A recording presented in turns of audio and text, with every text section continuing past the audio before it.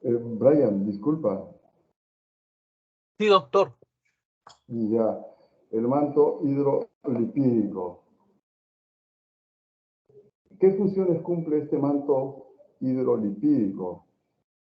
Forma una barrera, impidiendo nuevamente el ingreso de cualquier sustancia inclusive de microorganismos. Generalmente los microorganismos van a ingresar a través de una solución de continuidad de una herida, pero algunos, me refiero en este caso a los virus, como el VPH, el virus del papiloma humano, va a sortear estas diferentes barreras para ocasionar verrugas y con su diferente expresión clínica, ¿no? Otra de las funciones del manto hidrolipídico es que impide que se evapore el agua que tenemos, que debemos tener en la superficie cutánea y, como se mencionó, a nivel de dermis. Lubrica la piel, de lo contrario, tendríamos lo que es piel seca.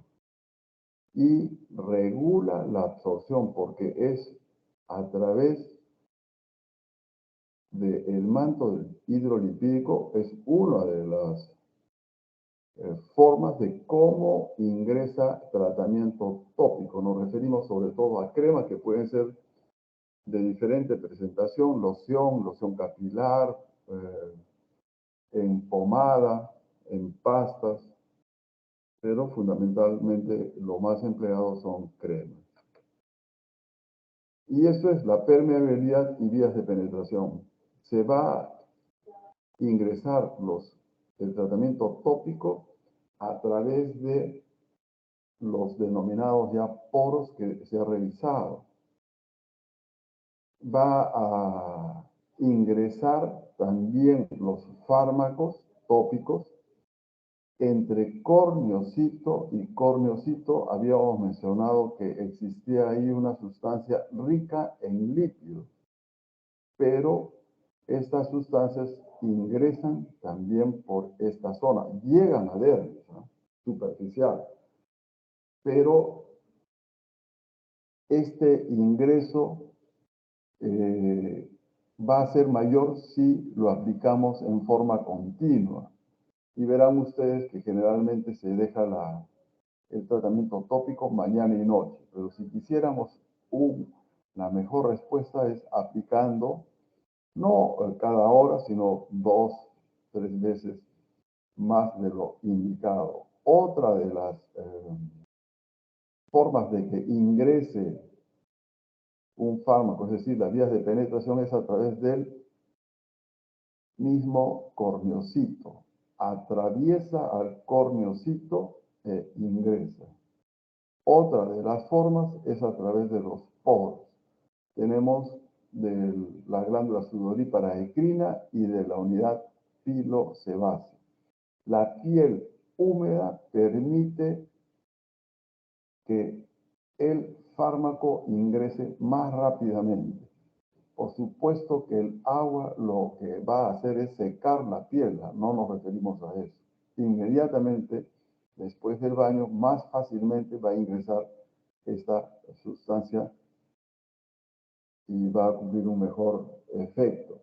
De igual manera, si la piel está grasosa, en piel grasa, por ejemplo, y nos referimos al rostro, va a permitir que sustancias también con esa composición, que puede ser crema, van a ingresar más fácilmente. Esas son las formas como llegan los fármacos, los corticosteroides tópicos, que son los que más se emplean en dermatología, a dermis superficial, y pueden viajar a todas las economías, ¿no?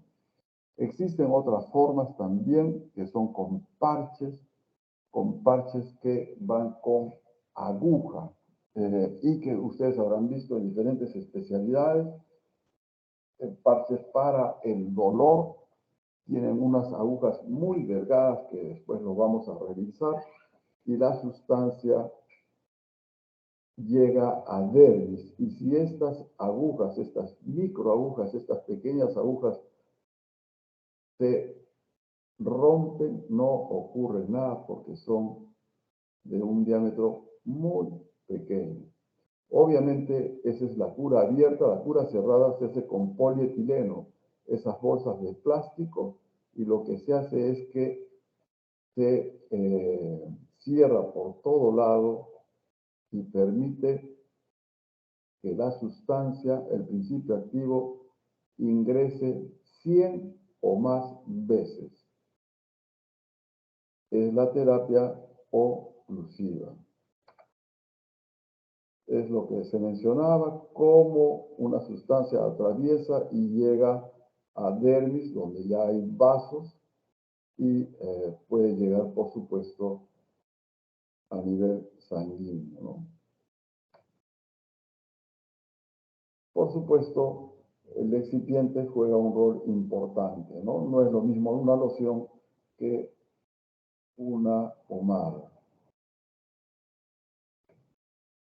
Los fototipos habíamos mencionado del 1 al 6. Estos están dados,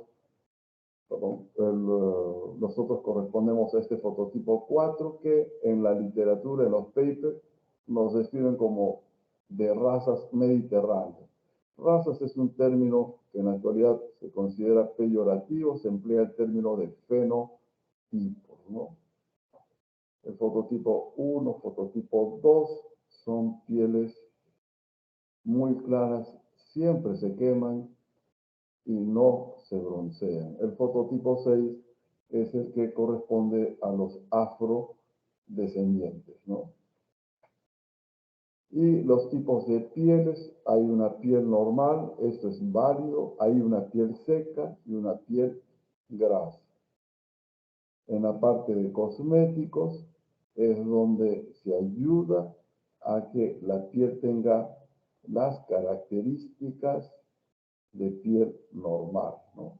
La piel grasa va a incomodar mucho al individuo, no es ninguna patología, es una cuestión de tipo genética, va a haber un brillo extremo, va a estar por supuesto la piel grasa, no solamente dependiendo si es varón, dama, la región facial, cuero cabelludo, región preesternal, interescapular, con abundante grasa. De igual manera, la piel seca va a ocasionar que el paciente, si se sobreexpone al sol, presente más fácilmente ritines, ¿no? Y mixta, que algunos consideran, ¿no?, la parte centrofacial y los extremos del rostro como piel mixta. Pero es fundamentalmente piel seca, piel grasa, piel normal, y hay una piel que es denominada piel sensible o hiperreactiva, que fácilmente cualquier sustancia que pueda aplicarse en la región facial va a producir irritación. Y esto se puede observar en quienes sufren de dermatitis atópica y rosácea. El envejecimiento cutáneo, habíamos conversado sobre los factores genéticos, los factores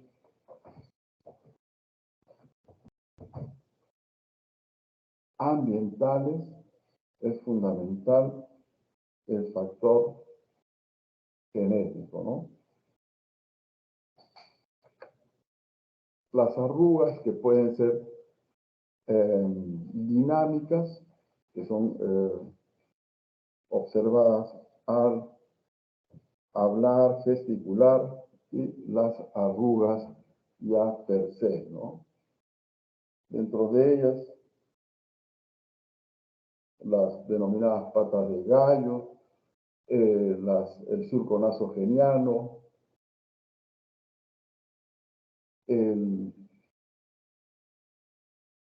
las que observamos en labio superior, todas ellas pueden ser tratadas desde el punto de vista dermatológico o inclusive, si fuera el caso, de cirugía.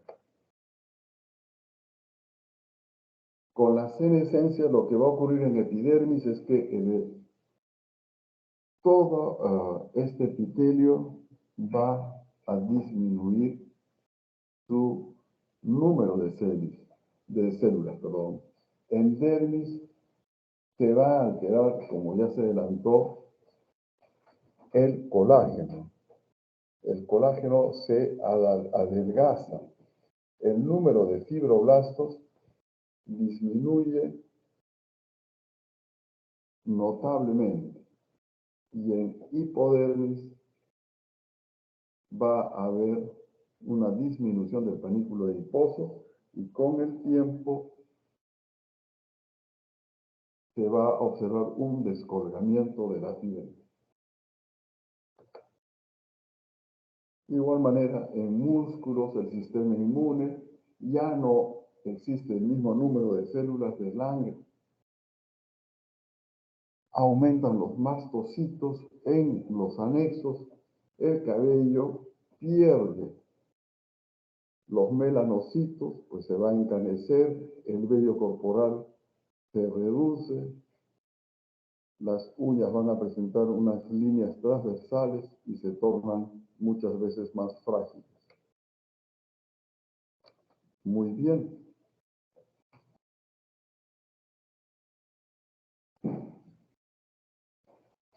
Preguntas, por favor.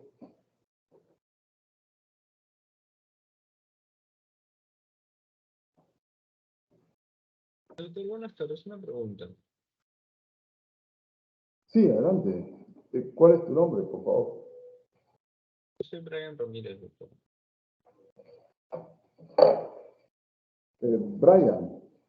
Y, doctor, ¿cómo podemos diferenciar piel grasa de piel seca o mixta? O sea, Simplemente en el rostro. Al pasar el dedo vas a notar que la piel es grasa. Y esto, por supuesto, incomoda mucho, sobre todo a las damas. El rostro se va a tornar brilloso, se va a tornar sucio,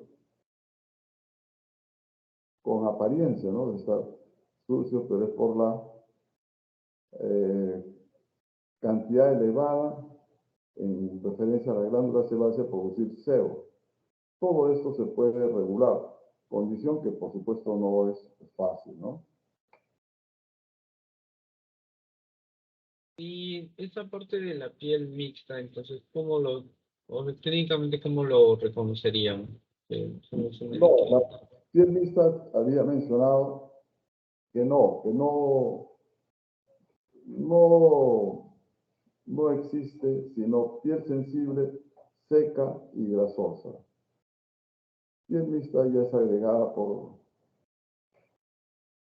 gente que no tiene cómo expresarlo, ¿no?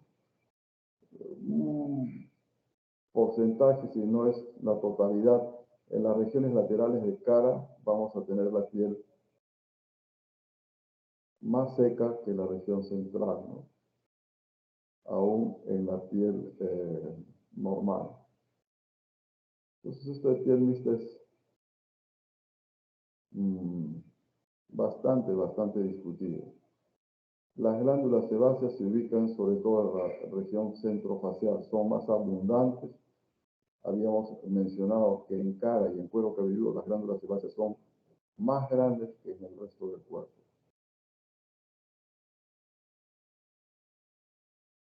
Doctor, y esa técnica que usted dijo en el rostro, de que si nos pasamos el dedo, si es que es un poco grasoso, o sea, ¿y cuándo decimos que es una piel normal?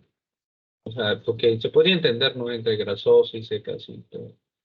¿Y a qué lo definiríamos como Piel normal? normal es que llegada las horas de la noche, la piel no la tornas, al pasar el pañuelo, no notas que exista pues esa cantidad de sebo e inclusive la suciedad que es captada del medio ambiente, ¿no?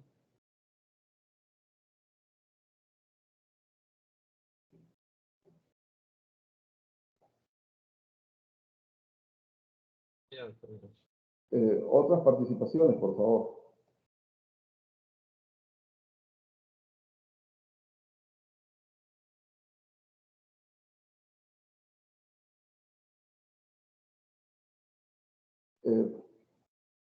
Participaciones, por favor.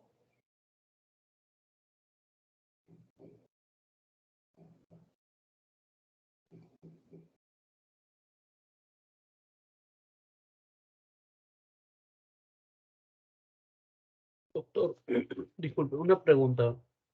Es con Sí. respecto al tema, es con respecto al tema anterior sobre ¿Cuál es tu nombre? ¿Cuál es tu nombre? Perdona. Brian Pérez Malqui.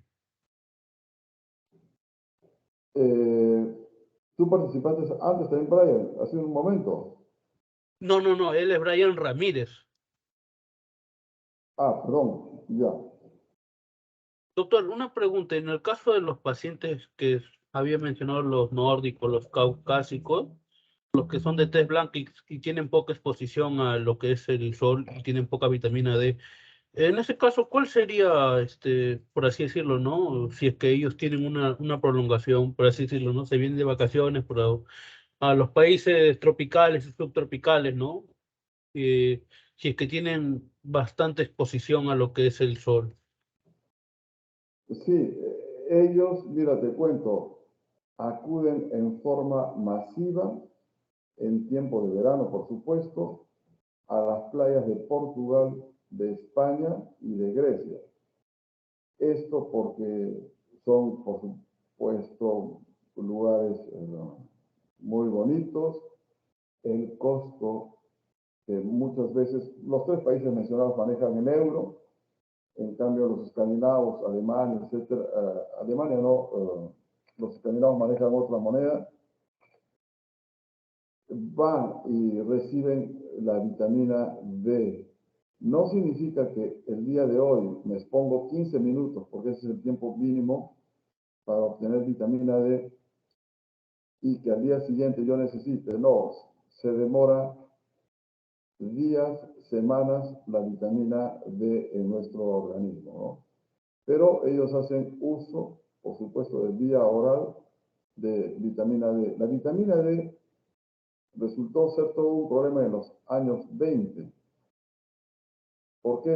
El déficit ocasiona una serie de problemas. El problema mayor es el raquitismo. Y esto se daba en los pequeños. ¿Cómo se solucionó? Como, por ejemplo, los problemas de bocio, agregándole a la leche vitamina D, como se le agrega hierro a las gomas actualmente en nuestro país, pero que esa no es la solución en todo caso en nuestro país, ¿no? Porque ya es un problema nutricional en general, ¿no?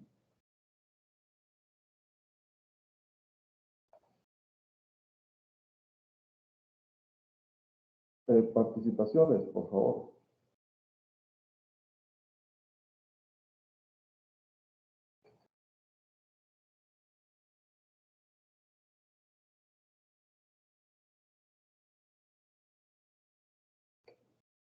Goethe, una personalidad en la historia de la humanidad, se preguntaba, ¿qué es lo más difícil de todo? Y él mismo se respondía, ¿no? Lo que parece más fácil. Ver con los propios ojos lo que se tiene delante de los ojos. Con esto queremos referirnos a que las lesiones elementales de dermatología son complicadas en cuanto a reconocerlas. Son lesiones primarias, secundarias, son unas pocas lesiones y, como se mencionó en otras especialidades, si no existe la continuidad, se va a perder lamentablemente el poder definir de qué lesión se está hablando. Neumología, ellos tienen muy en cuenta, y ¿qué diría Alice? Sí, doctor. Buenos días. Buenos días, ¿qué tal, Alice? ¿Qué manifestaciones son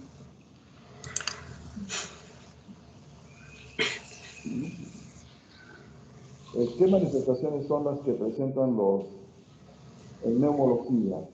¿cuáles crees que sean las manifestaciones propias, así como estamos hablando de las lesiones elementales de dermatología, de neumología? Me dice neumología, doctor, porque no lo escucho bien. Neumología. Neumología, sí, ya llevaron neumología, ¿no? Sí. Bueno, por ejemplo, se considera mucho la frecuencia respiratoria, también el pasaje del aire, ¿no? Al escuchar con el estetoscopio. No, yo También, me refiero a qué manifestaciones son las que son vitales, son importantes, fundamentales en neumología. Tú me podrías decir fiebre, pero fiebre lo pueden presentar prácticamente en todo el campo de lo que es medicina, ¿verdad?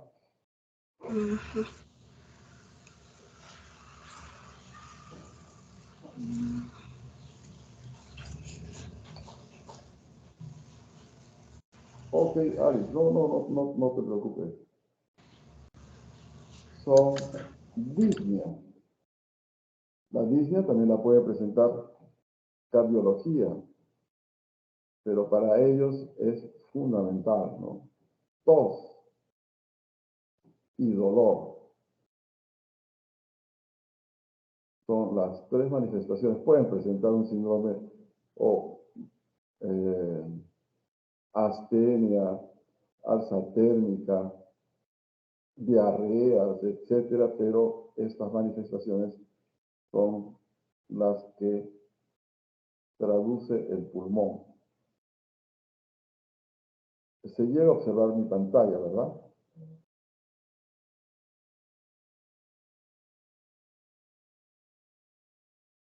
¿Sí? ¿Se observa mi pantalla? todavía no se ve, doctor. No se ve. No se llega a ver. No.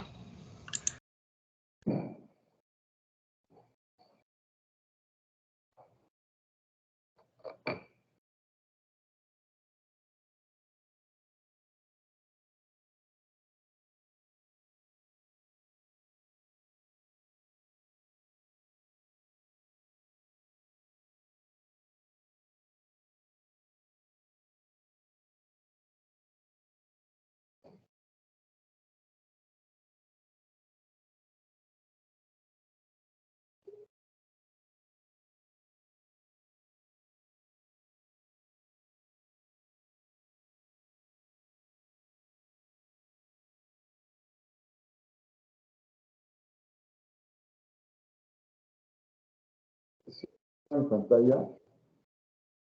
Sí, doctor, lesiones elementales en dermatología.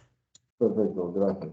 Eso era lo que les mencionaba, de qué es lo más difícil de todo, una personalidad en la historia de la humanidad, ¿no? Ya habíamos conversado sobre maquillaje, los cosméticos, las lesiones elementales en dermatología, porque no hay en otra especialidad lesiones elementales como lesiones, probablemente sí en las especialidades que se habían mencionado, rayos X y patología, hay patrones que nos ayudan al diagnóstico, ¿no? Estas se van a clasificar por su forma macroscópica, ¿no? Y vamos a ver varias de ellas. Una son las máculas.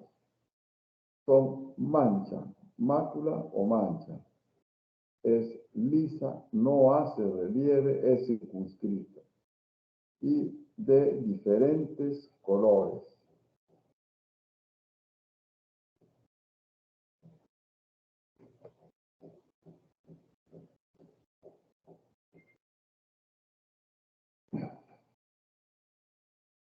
Y acá corresponde al léntigo solar.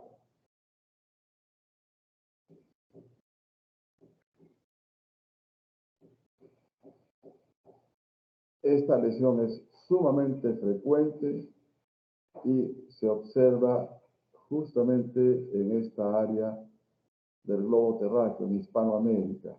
Probablemente con menos frecuencia en Chile, Argentina, Brasil, en el sudeste asiático. ¿Por qué? Porque corresponde al fototipo 4. El fototipo 1 lo puede presentar, lo presenta, pero es fácil resolverlo.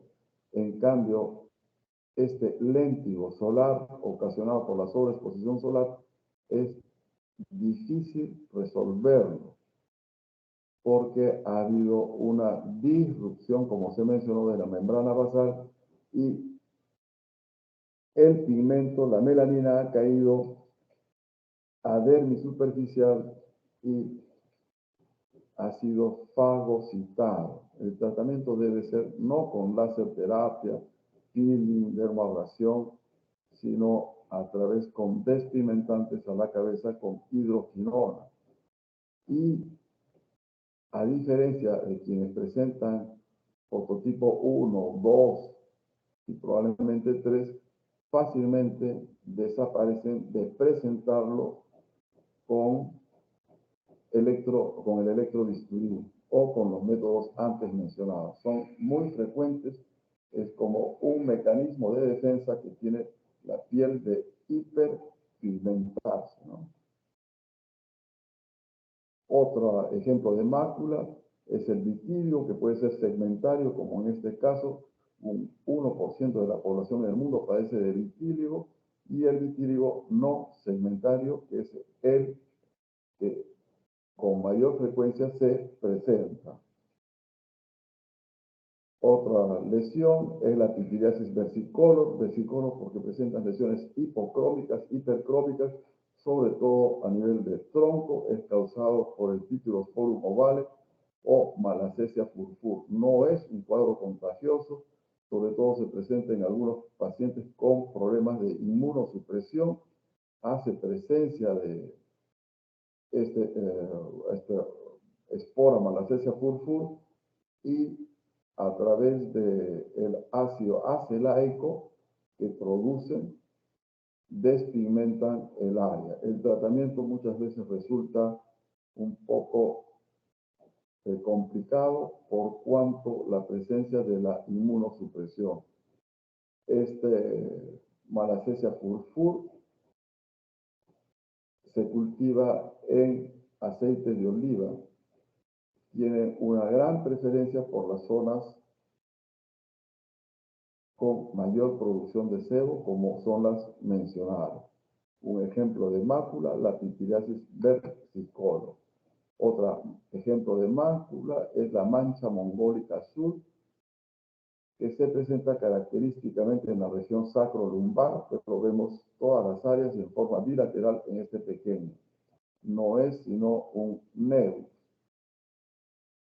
Y al cabo de 7 u 8 años desaparece, sin dejar mayor secuela. Recibe el nombre de mancha mongólica porque se vio que en este país, en Mongolia, se presentaba con alguna frecuencia. En nuestro medio se observa con relativa frecuencia. En rosácea vamos a ver característicamente el eritema persistente en la región centrofacial. Es un ejemplo de mácula. Las alas de mariposa,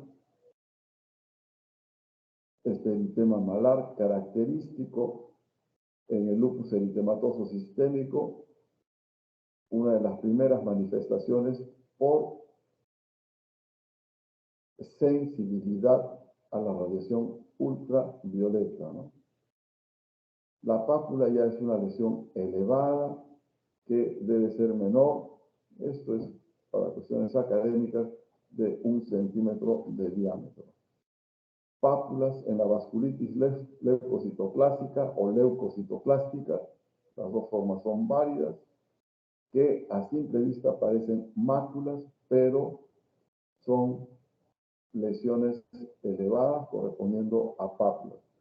Estas vasculitis, bien saben, son a pequeños, medianos y grandes vasos, asociadas o no, o sea, es decir, vasculitis cutáneas, a vasculitis de grandes vasos o enfermedades sistémicas. Es una falla del sistema inmune. Lo que ocurre es un problema de autoinmunidad. las pápulas que son representadas por estas verrugas vulgares, lesiones elevadas, duras, que nunca tienen más de 1 centímetro de diámetro. Puede estar comprometida toda esta área, pero forman mosaicos, como vemos acá, una verruga y hay un espacio libre y la formación, lamentablemente, de otra pápula que corresponde a la verruga vulgar. Pápulas queriendo formar esos mosaicos como los cerámicos que hay en las casas, múltiples pápulas en región plantar. Corresponden, por supuesto, a verrugas. Las verrugas planas también son un ejemplo de pápulas. Generalmente en la región facial vemos múltiples pápulas que van a ir muy bien con criocirugía, producidas por el virus del papiloma humano, que son más de 200 tipos. Verrugas periunguiales que muchas veces o algunas veces se ubican en región subunguial.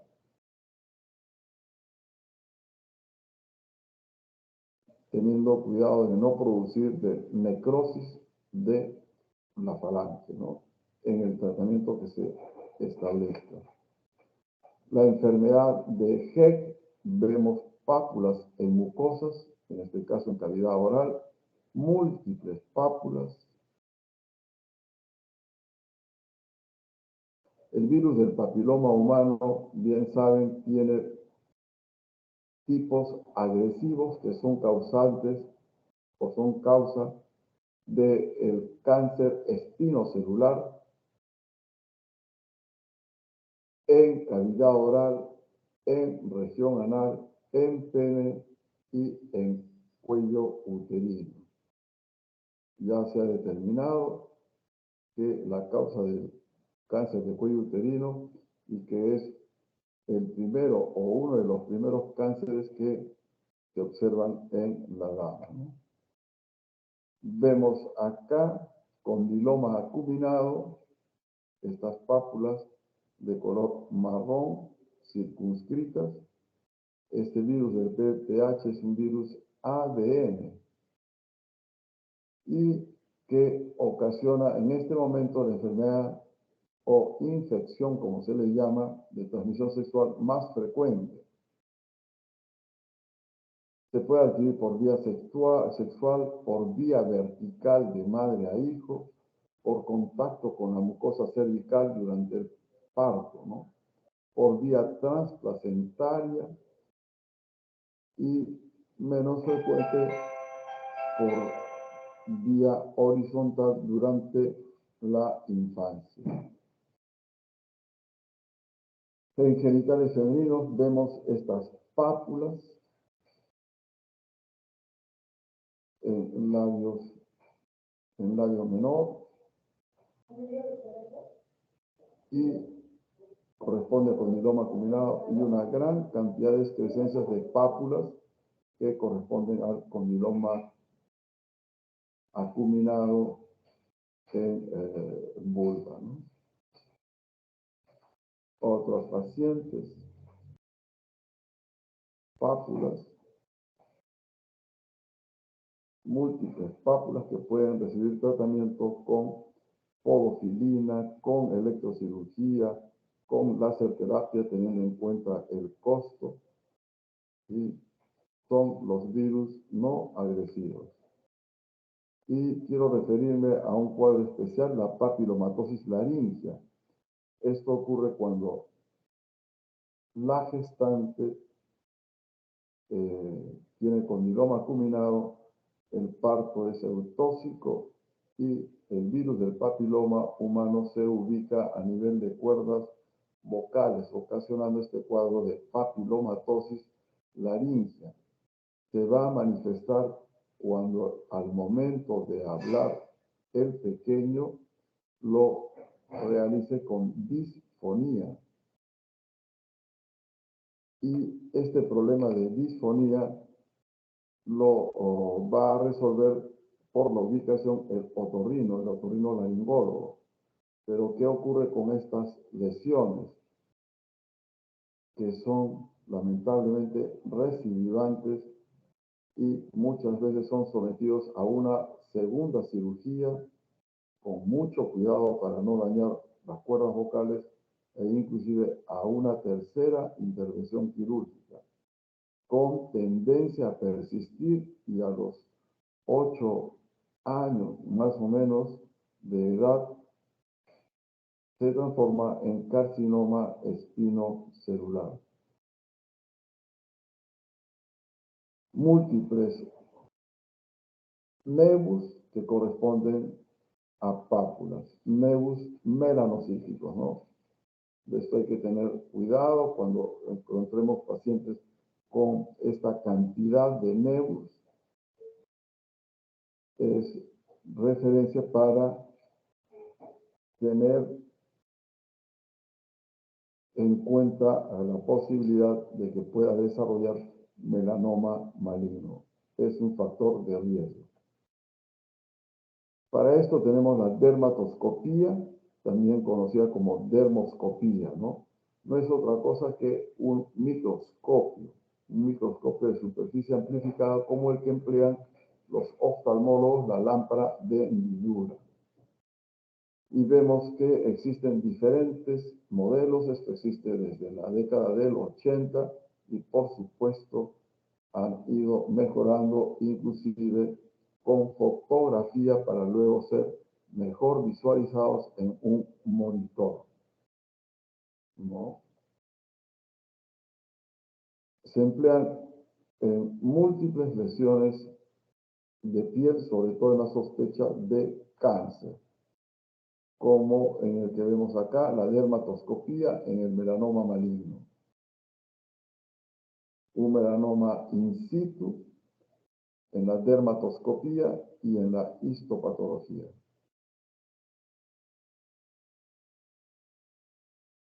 Y no solo para cáncer, sino en dermatología general es que se emplea la dermatoscopía con diferentes patrones como el que observamos en este melanoma maligno in situ, una red de pigmento atípico y asimetría en los dos ejes.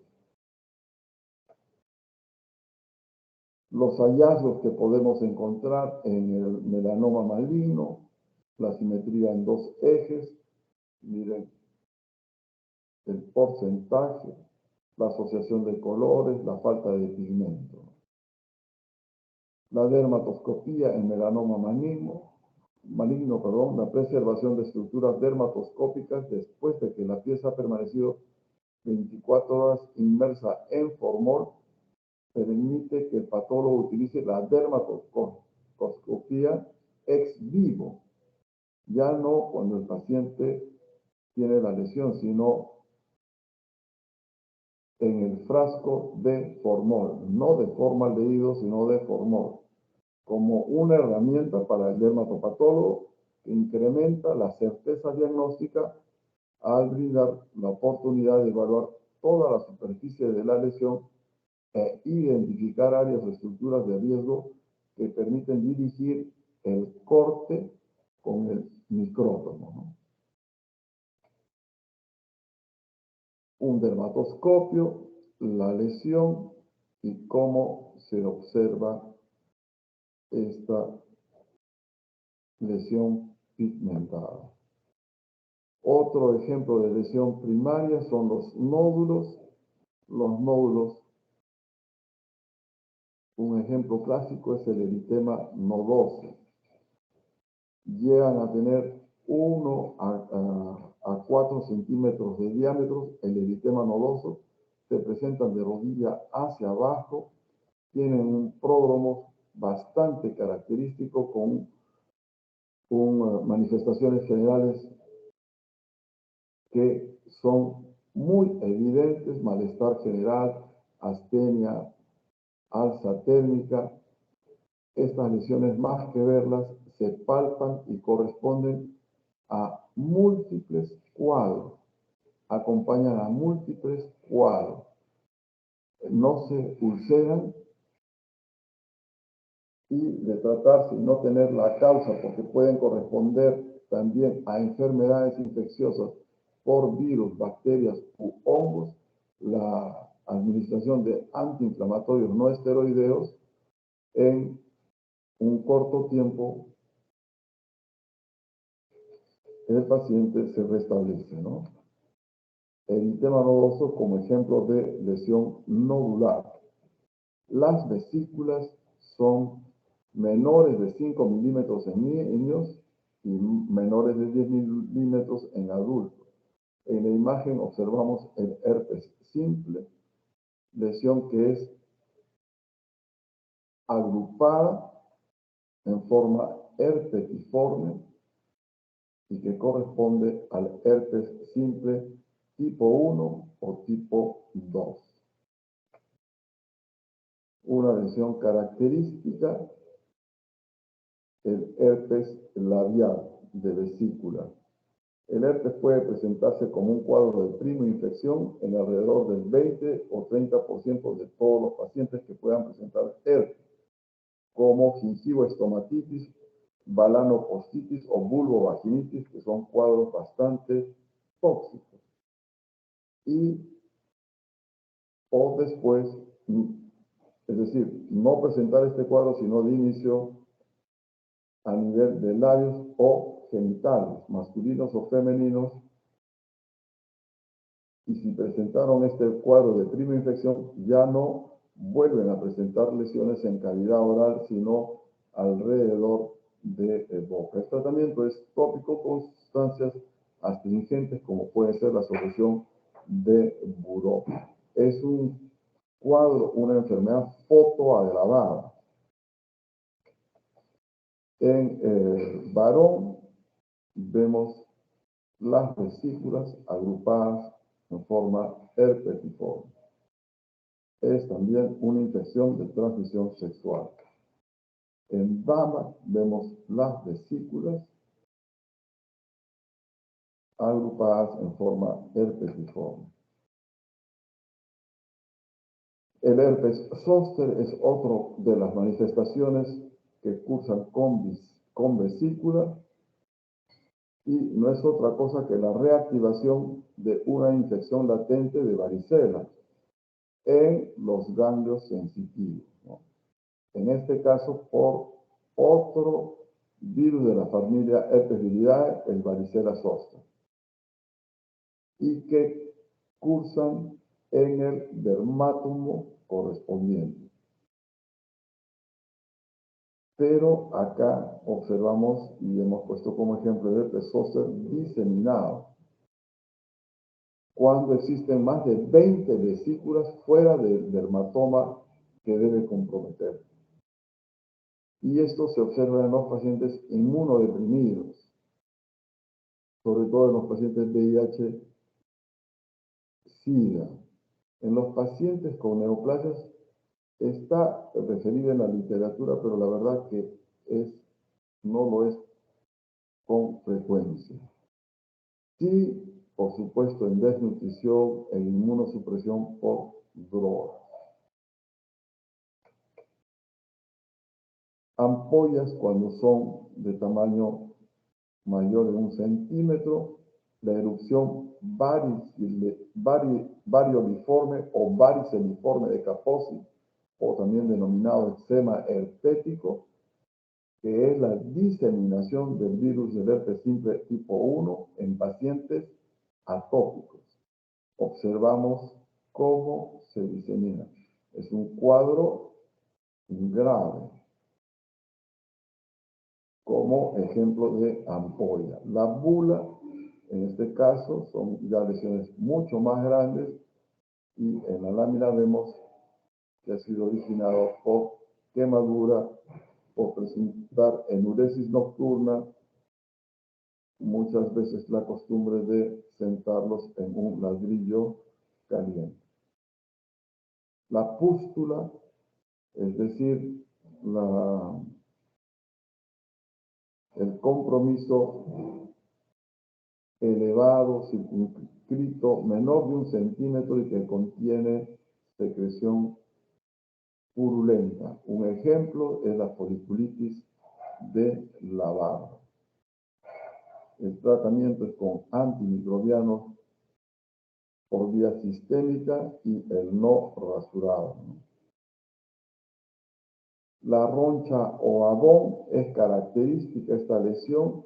Son lesiones, tumefacciones rojas, ligeramente elevadas, con prurito marcado. Pueden ser pequeñas, pueden ser grandes, aparecen, desaparecen en horas. Cambian de forma, tienen una forma geográfica y reaparecen en otro lugar.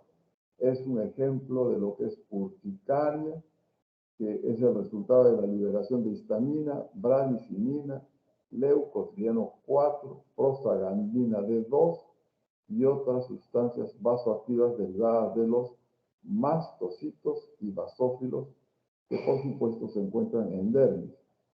¿Y qué es lo que ocasionan todas estas sustancias?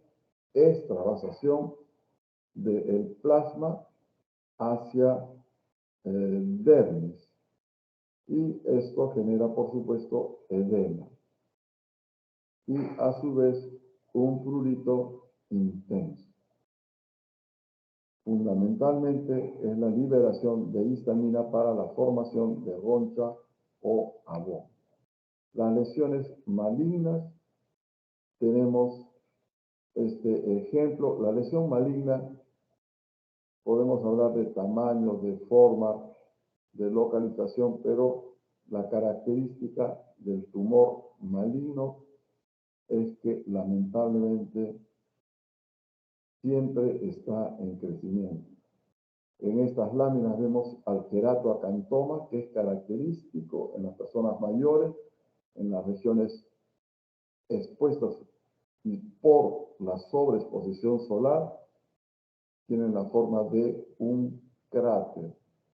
Es, en este caso, benigno.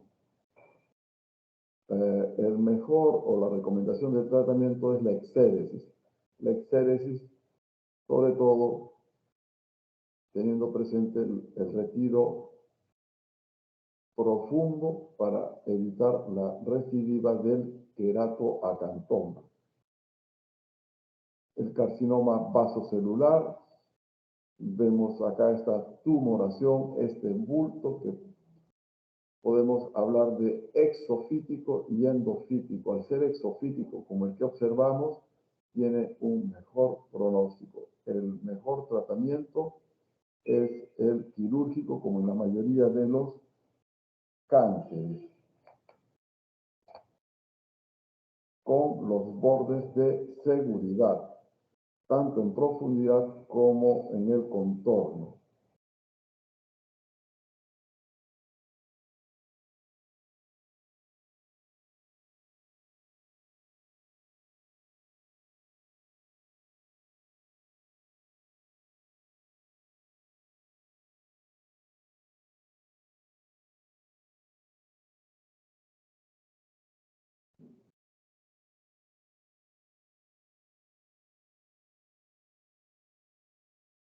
Y hay zonas que son denominadas potentes en referencia a embrionaria. Con estas zonas hay que tener mucho cuidado, porque fácilmente, si no se ha cumplido con hacer los márgenes de seguridad, puede recidivar. De igual manera, si siguen el trayecto nervioso, es decir, los filetes nerviosos, a través de los filetes nerviosos se profundizan. De ahí de que el borde de seguridad en profundidad, como en todo cáncer, a pesar que este carcinoma vasocelular ser el más frecuente y tener un comportamiento no agresivo, se debe tener presente para evitar la recidiva. Otro epitelioma vasocelular, que son de varios subtipos. Los más frecuentes es el nodular, el superficial, el morfeiforme, esclerosante o infiltrante. Existen áreas de riesgo de recidiva para los tumores. En la práctica del National Comprehensive Cancer Network se dividen en áreas de riesgo alto, el área H en la región facial, porque es el área, la cabeza donde con más frecuencia se presentan los carcinomas vasocelulares, el riesgo medio, llamado también área media, constituido, el área M, constituido por la región geniana y frontal de cara, cuero y cuero cabelludo, y la de riesgo bajo, llamada área L, formada por el tronco y las extremidades. Siempre se debe tener en cuenta estos puntos: el tamaño, los bordes, si es primario, si existe recurrencia, como se mencionó, si existe inmunosupresión, es decir, los pacientes trasplantados, de trasplante renal, lamentablemente, si asienta sobre área donde ha recibido radioterapia previa, y por supuesto el subtipo histológico que pueda presentar el paciente y, como se mencionó, el compromiso neural que lo va a dar a conocer al momento de hacer la el estudio microscópico. Otro tipo de tumor, el carcinoma epidermoide. Este carcinoma siempre debe examinar por completo al paciente, porque sí, con relativa facilidad puede hacer metástasis a ganglios linfáticos regionales. Vemos, ya no es como este tumor, es decir, exofítico, sino es un tumor endofítico. Su pronóstico no es bueno y se debe retirar por completo el tumor para evitar las recidivas, teniendo presente que se va a trabajar en la pirámide nasal. Un carcinoma espinocelular frecuente, un fototipo claro, fototipo 2 probablemente, el labio inferior con keilitis actínica, y esta masa corresponde a un carcinoma espinocelular. En pabellón auricular, carcinoma epidermoide o espinocelular. Los nevus melanocíticos son tumores melanocíticos benignos caracterizados por la proliferación de melanocitos que, a diferencia de los melanocitos normales, se agrupan en nidos cercanos a la unión dermoepidémica. Sus principales problemas son el riesgo de transformación maligna. Un 25% aproximadamente de los melanomas malignos provienen de nevus melanocitos, como puede ser el caso de los nevus melanocíticos displásicos. Otro ejemplo de tumor es el melanoma, que son de 4 tipos clínicos histopatológicos. El melanoma lentiginoso acral, que es uno de los más frecuentes en buena parte del mundo. Acá en Hispanoamérica es frecuente. Acral se refiere que se manifiesta en las manos, en los pies. Una mácula que va creciendo en forma horizontal e inclusive vertical, que es la que más importancia tiene. Melanoma lentiginoso acral.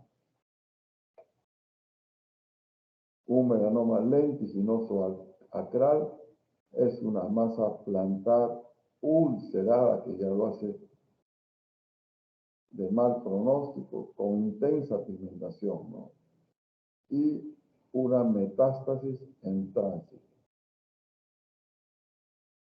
Lamentablemente el pronóstico en este paciente es pésimo por cuanto ya ha hecho metástasis a órganos como pulmón, cerebro, hígado, a pesar que las masas que observamos son exofíticas, pero el tamaño, como se mencionó, es muy importante, ¿no?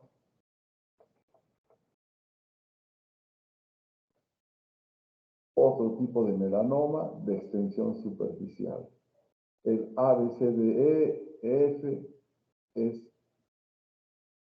necesario, muy útil para estos melanomas malignos. Vemos que tiene una coloración bitonal, bordes irregulares y ha crecido en forma horizontal, pero también debe haber un crecimiento vertical.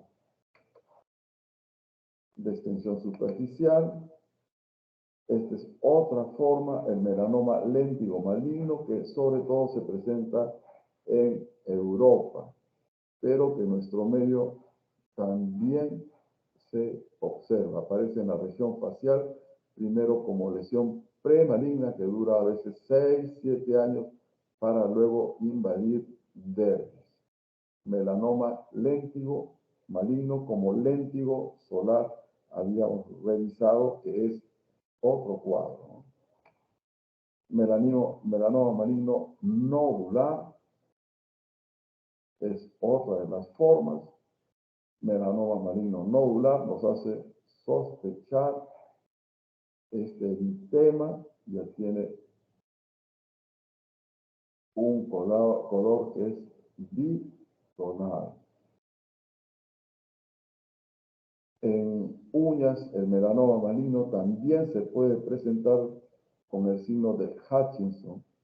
El tercio medio del pliegue ungular proximal se ha visto invadido por el pigmento de estas células tumorales que provienen del melanocito,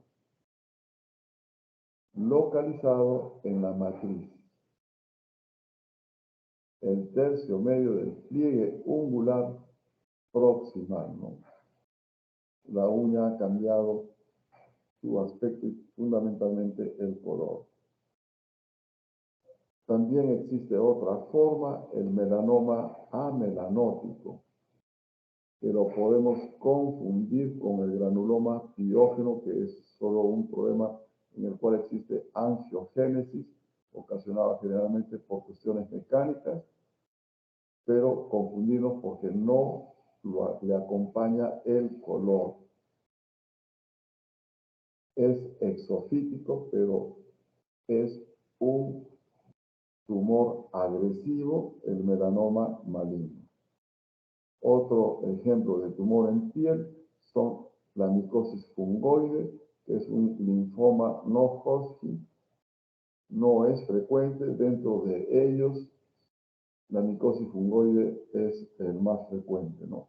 Vemos el gran compromiso de este paciente, se emplea el TNM, igual que en el melanoma maligno y en las otras neoplasias de otras especialidades.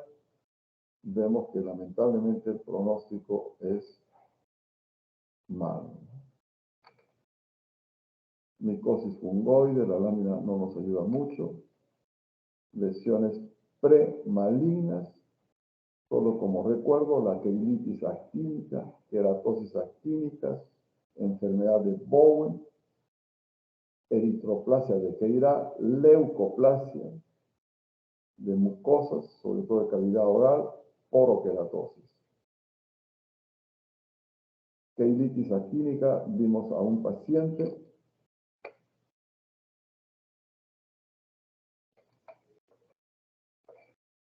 esta es una keilitis actínica.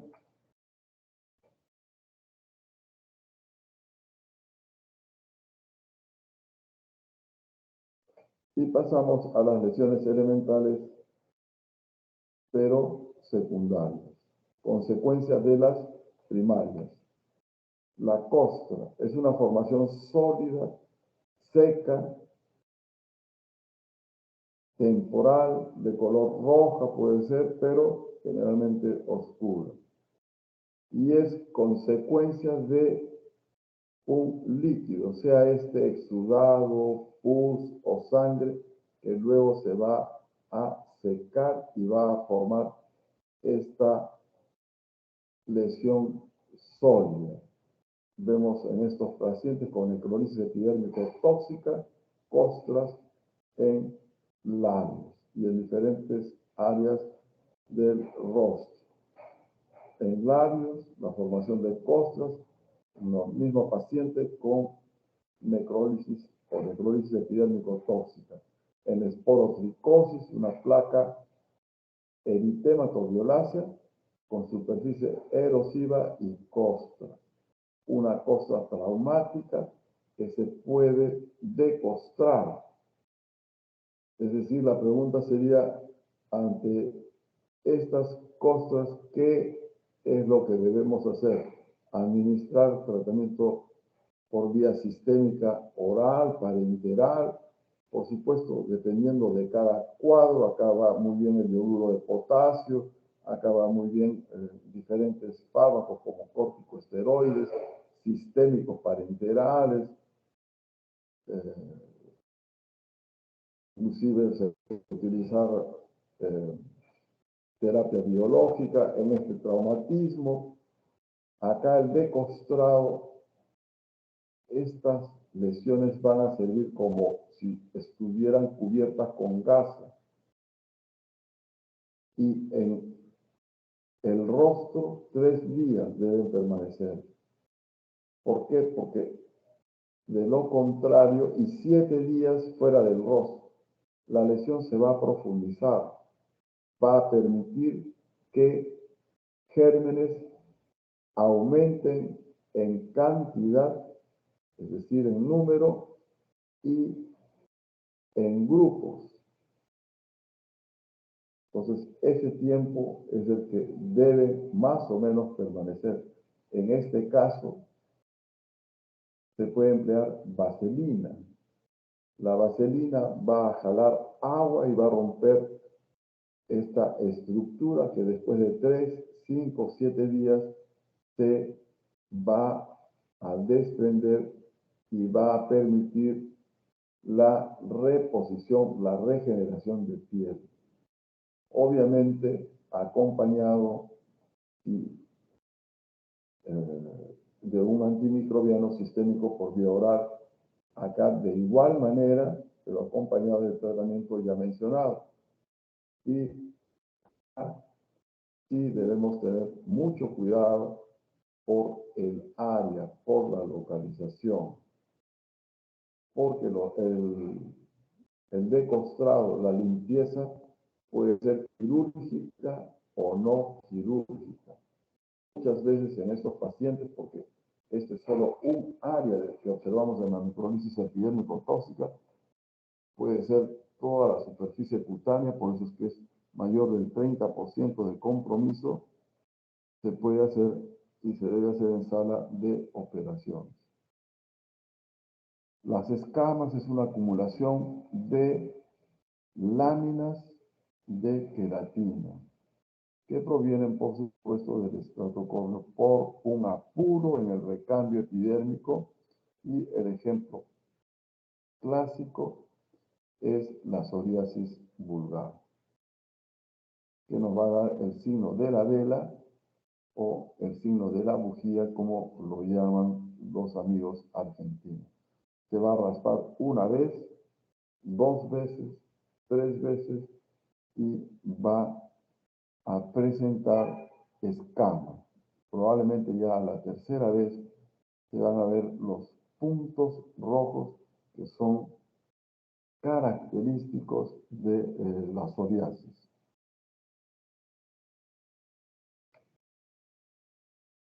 Escamas también podemos observar en la dermatitis atópica, que puede ser delactante, en las regiones genianas, característicos en el hueco popliteo, En el adulto, en la zona de piel no cabelluda del cuello.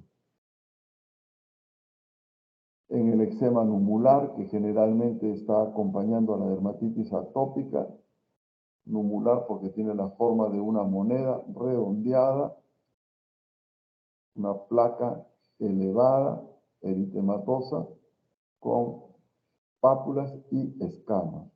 La dermatitis atópica que vimos en estas imágenes, característicamente acá observamos con presencia de escamas y liquenificación en la zona del pliegue del codo. Área característica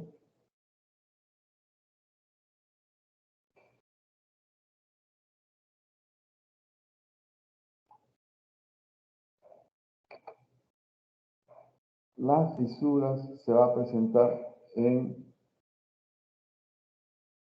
los pacientes que presenten sobre todo hiperkeratosis palmoplantar. Se van a presentar como grietas.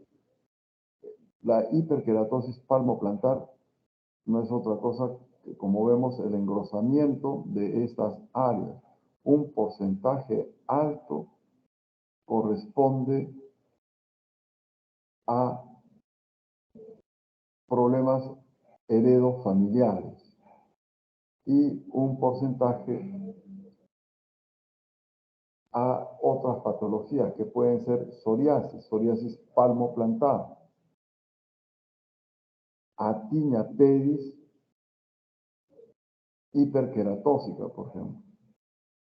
Lo que ocurre es que puede haber ruptura de estas áreas y estas rupturas, estas grietas que son lineales, son muy dolorosas, incomodan mucho, por supuesto, para deambular.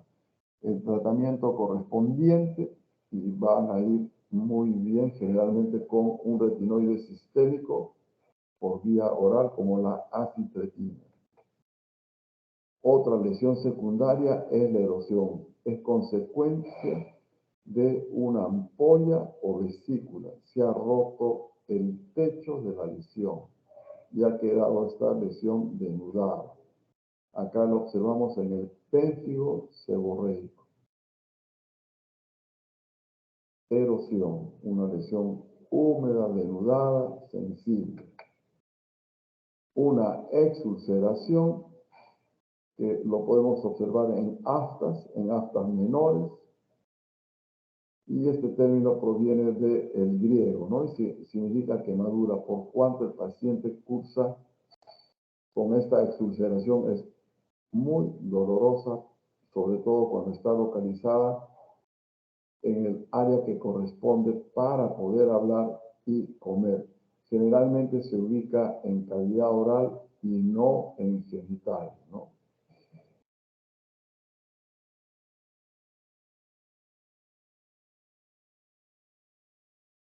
Las aftas, el tratamiento es con corticoide tópico, 2-3 veces al día y antes de dormir, o infiltración de acetónido de triamcinolona. ¿Por qué es que se presentan estas aftas como ejemplo de exulceración?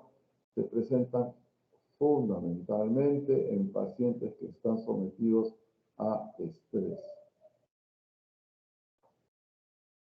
Inclusive pueden ser recurrentes, recidivantes y subintrantes, es decir, no bien están mejorando de una lesión o de unas lesiones y están apareciendo nuevas. Úlcera ya es la pérdida hasta el panículo adiposo. Nuevamente, en el pequeño, por presentar enuresis nocturna, sentado en un ladrillo, lo que hay que hacer en el paciente es, primero, la limpieza de esta úlcera y luego ver la curación. El paso siguiente es que pueda tratarse de un injerto, un colgajo de piel, porque debemos tener presente, por supuesto, de acuerdo a la localización, lesiones ulcerosas mayor de 3 centímetros, no va a ser difícil su curación y la piel no va a guardar las características de piel normal. En el caso de este pequeño, obviamente se pueden crear inclusive piel de cerdo, piel de chancho, que ayuda a la reepitelización. Es una muy buena alternativa en este caso.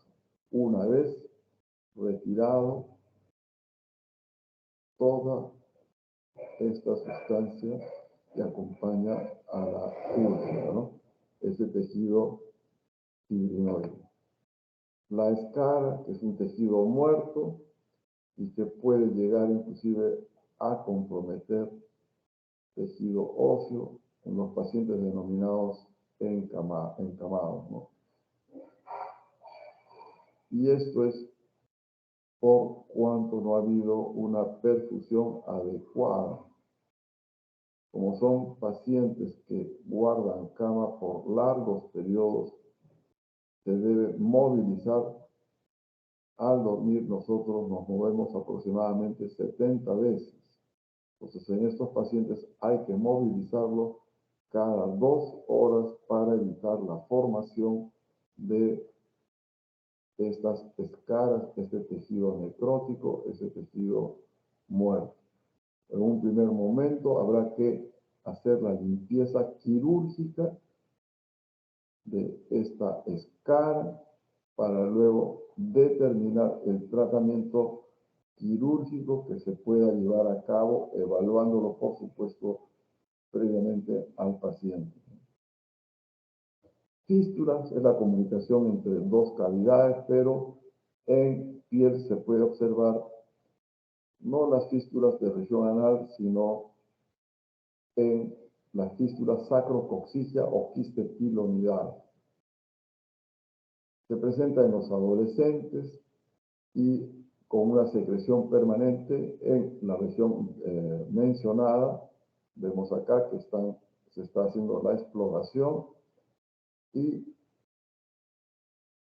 la fistulectomía subsecuente en sala de operaciones, que muchas veces llega hasta periósteo.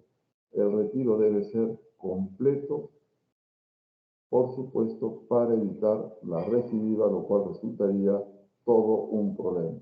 Vemos que presenta una fístula sacrococcígea o quiste pilonidal, porque al retirar vamos a encontrar, o seno pilonidal, vamos a encontrar pelos, un nido de pelos.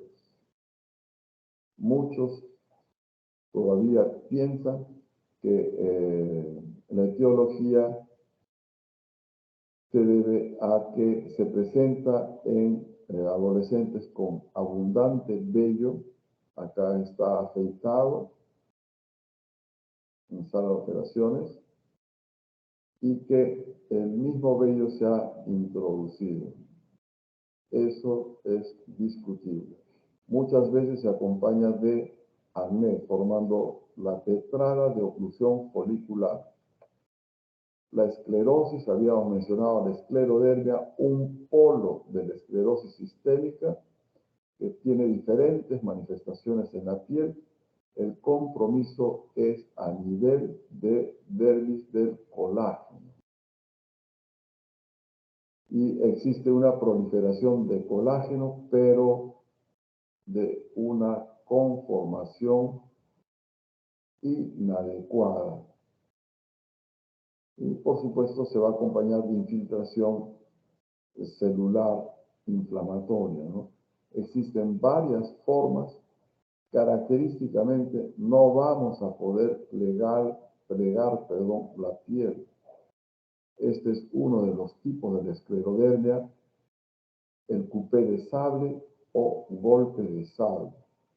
Tiene una etapa, esta esclerosis, de actividad y otra de inactividad.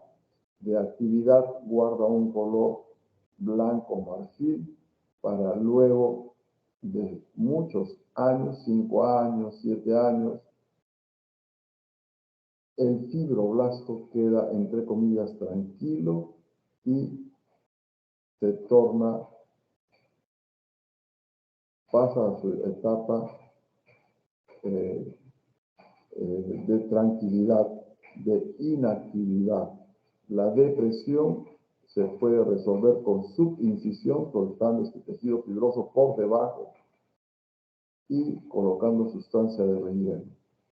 Y el color, tratar de utilizar lo que ya antes se mencionó, el make-up o maquillaje, porque usando sus preparados, sustancias con despigmentantes, no se llega a mejorar por cuanto el pigmento no se encuentra en epidermis, sino en dermis.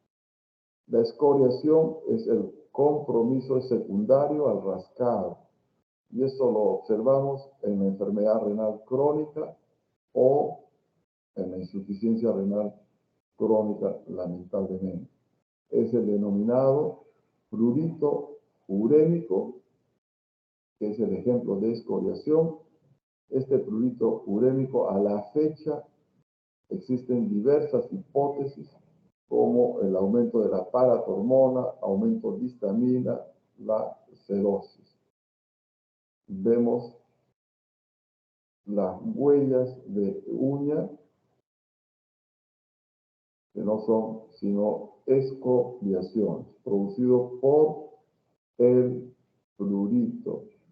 Muchas veces en nefrología no le dan la importancia, obviamente por el gran compromiso renal y, por supuesto, del organismo en general, pero este prurito en estos pacientes con enfermedad renal crónica les incomoda muchísimo.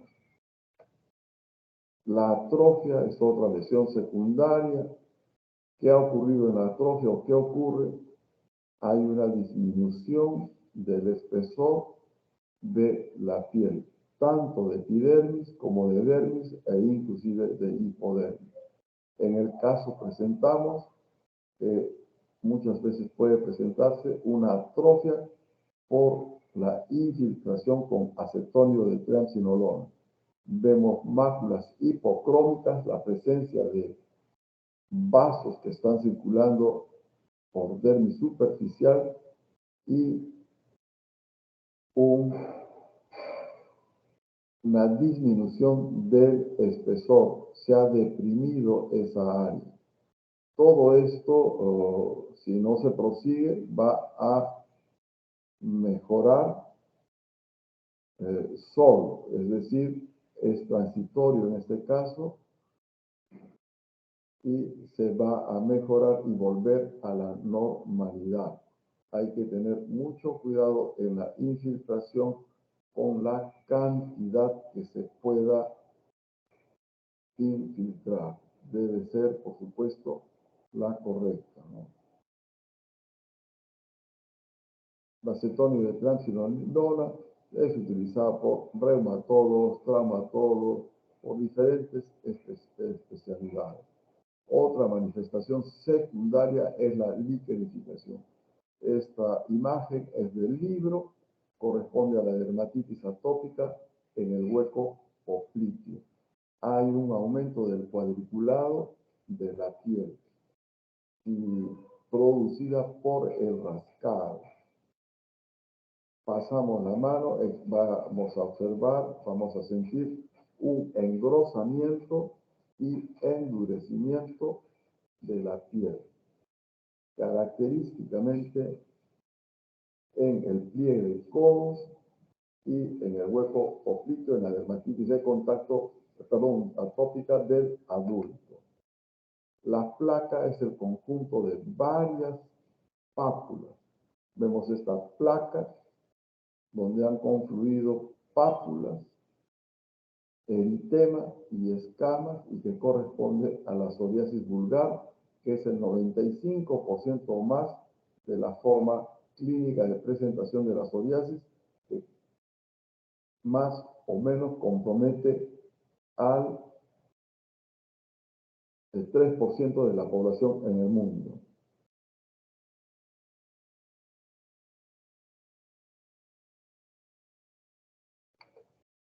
Las soluciones de continuidad es otra de las lesiones que podemos observar.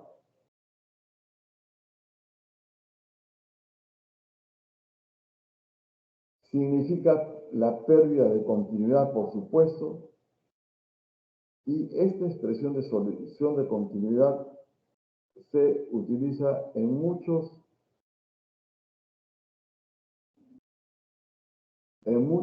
ámbitos, sobre todo en ciencias forenses, en el médico llamado legista, pero es para señalar los orificios en las vestimentas, relacionadas, por supuesto, a una investigación delictiva.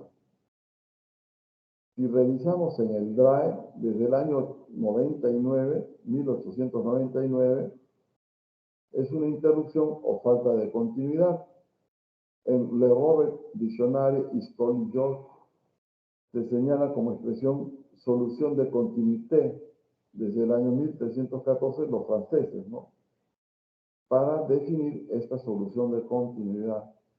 Y en inglés, en el Oxford English Dictionary, se señala desde 1541. Y por supuesto, los amigos italianos tampoco se quedan atrás como soluciones de continuidad. Vemos lamentablemente en región geniana de esta dama la solución de continuidad, más claramente la herida, producida, como denominan, como un arma blanca.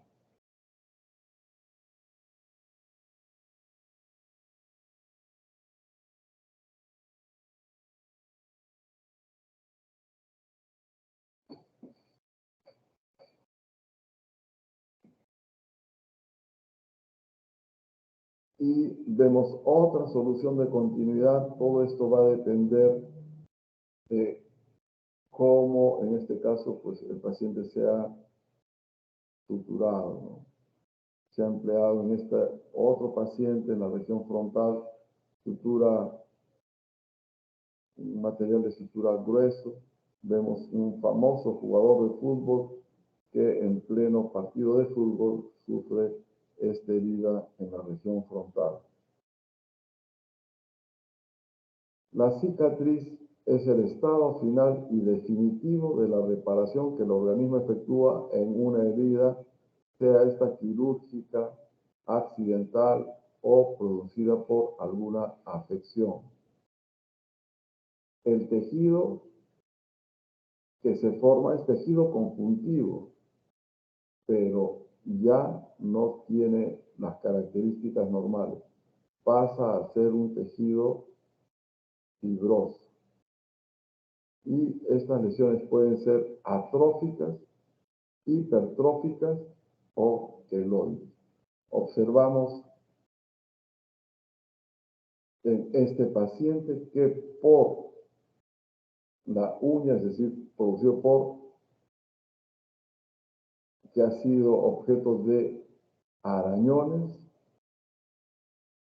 la secuela que ha quedado, es decir, una cicatriz atrófica, en la cual no se debió suturar y no se suturó. Mejorar estas cicatrices se puede hacer, no es sencillo, se necesitan de no solo un tratamiento, sino de varios tratamientos, es como se consigue un mejor porcentaje. Pero sí que vuelva a tener las características de la piel adyacente, de la piel normal, es muy difícil.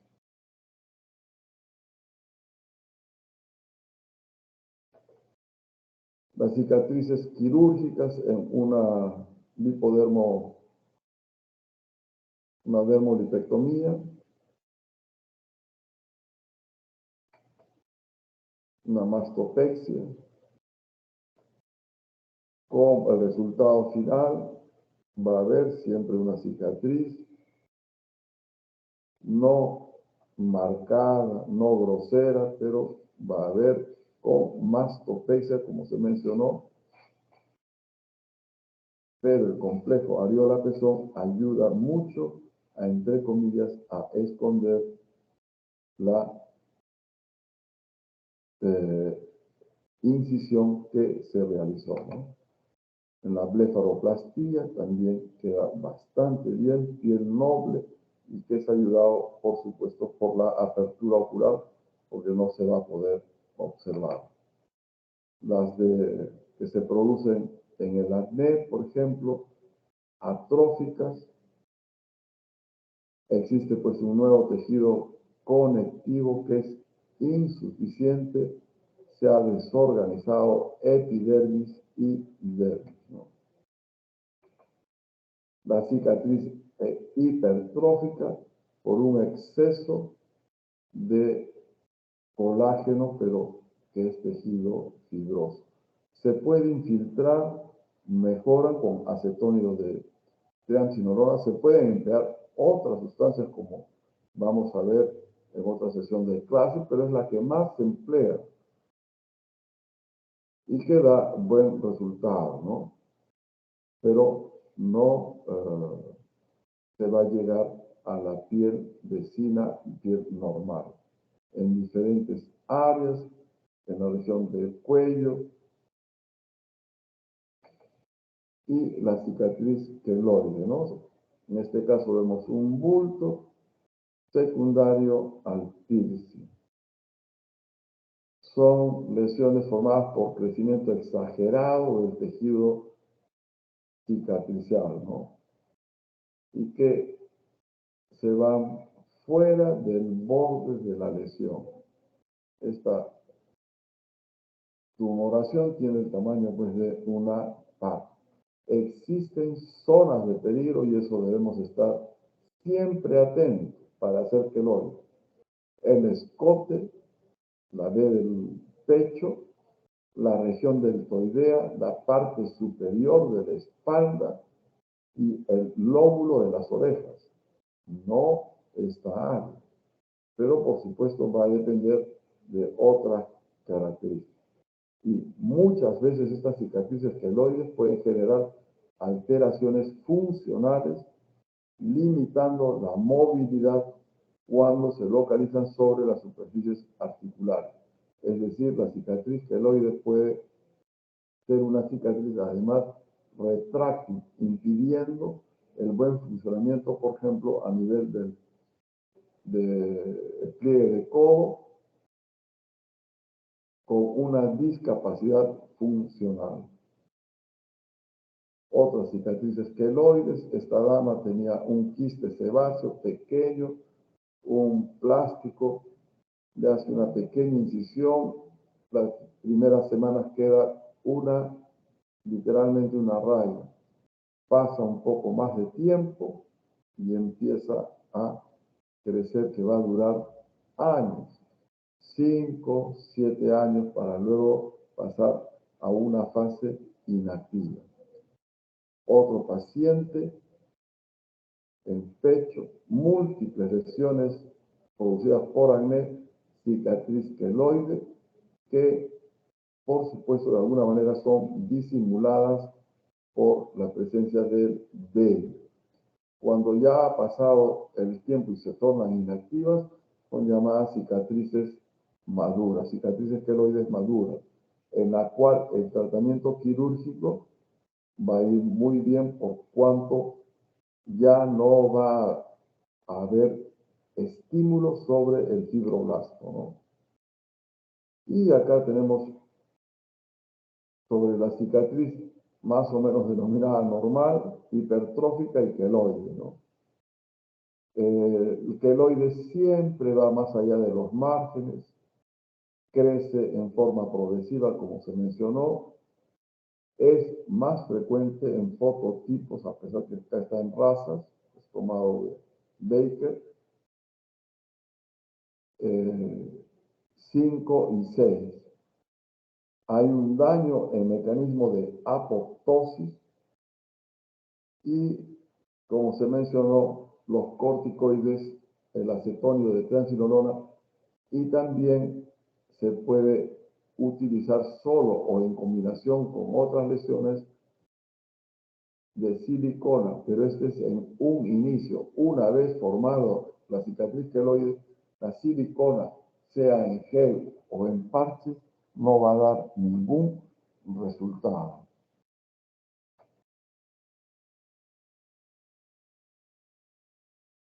Nuevamente, las diferencias entre cicatrices ya hipertróficas y queloides, ¿no?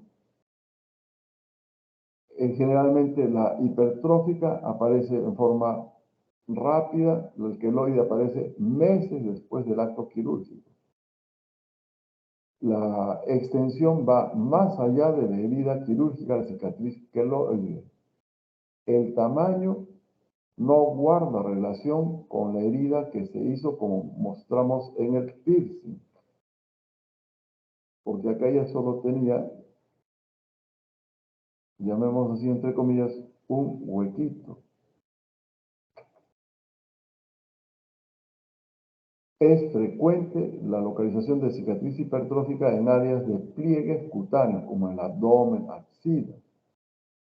Y la cicatriz queloide es raro en estos pliegues.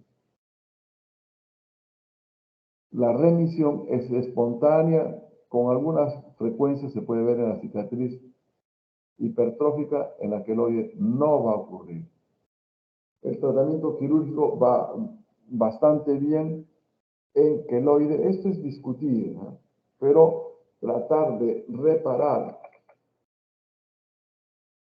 esta cicatriz queloide en el pecho de esta dama con tratamiento quirúrgico sería para la gran mayoría negativo, porque lo único que vamos a hacer es que nuevamente quede con una línea, pero la respuesta del fibroblasto va a ser sumamente exagerada y presentaba así esta lesión va a ser el doble.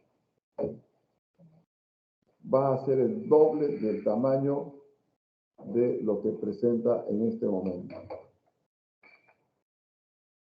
El tratamiento para evitar estas cicatrices patológicas es terapia compresiva, los corticoides intralesionados ya mencionados, la criocirugía, radioterapia, láser, el 5-fluoracilo intralesional, la bleomicina intralesional, que son fármacos que se emplean en oncología, la silicona ya mencionada en gel y en lámina, ¿no? Con corticoides con acetonio de triamcinolona vemos en las primeras aplicaciones ya un aplanamiento, un mejoramiento de las lesiones. Una respuesta parcial con la aplicación de 5-fluoracilo intralesional. Con estos fármacos hay que tener cuidado. No a todos se les va a poder aplicar bleomicina o 5-fluoracilo. Estos fármacos oncológicos, ¿no? Las terapias de compresión se popularizó en la década de los 70 en los pacientes quemados, donde se emplean mallas como las que se emplean para lipoaspiración. Acelera la maduración de las cicatrices, no se conoce su mecanismo de acción, aunque parece que están implicadas en la hipoxia tisular o diferencias de temperatura que provocan degeneración del colágeno. Es decir, no permiten que exista este tejido cicatricial por la hipoperfusión que ocasionan estas terapias de compresión que son las mallas. Esto siempre al inicio. O sea, prever en los pacientes, sobre todo grandes quemados, que van a o tienen la posibilidad de realizar cicatrices queloides. Ya una vez formada la cicatriz queloide, no va a mejorar, a diferencia de los corticoides el 5-fluoracilo, la bleomicina. La silicona se empleó desde el año 82, se emplearon múltiples vehículos y formas de aplicación. La silicona, bien saben, es un polímero sintético reticulado de dimetilsiloxano, ¿no? Y en la actualidad se emplean dos presentaciones, como ya se mencionó, en gel o en láminas de elastómero. Los beneficios preventivos y terapéuticos es que disminuiría la pérdida epidérmica de agua, que es un factor de riesgo conocido para el desarrollo de cicatrices anómalas, ya que reduce el estímulo de proliferación epidérmica y la síntesis de colágeno. Debe mantenerse durante al menos 12 horas al día por 3 a 6 meses. Esto es lo que en la actualidad se conoce porque había mucha controversia, inclusive empleando ese esparadrapo llamado hipoalérgico, es que tendría el mismo efecto. No, no es así. Es por la disminución de la pérdida epidérmica de agua, cómo actúa la silicona en gel o en estos parches, ¿no?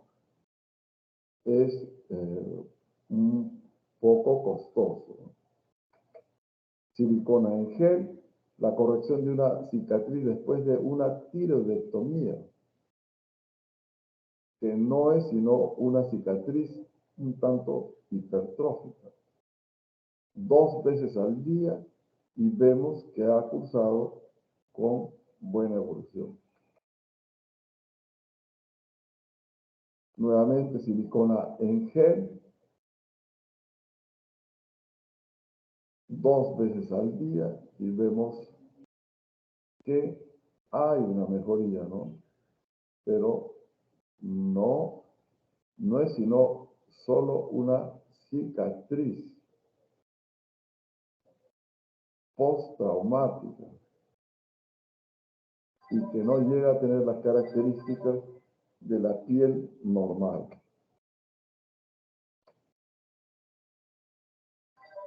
Ok.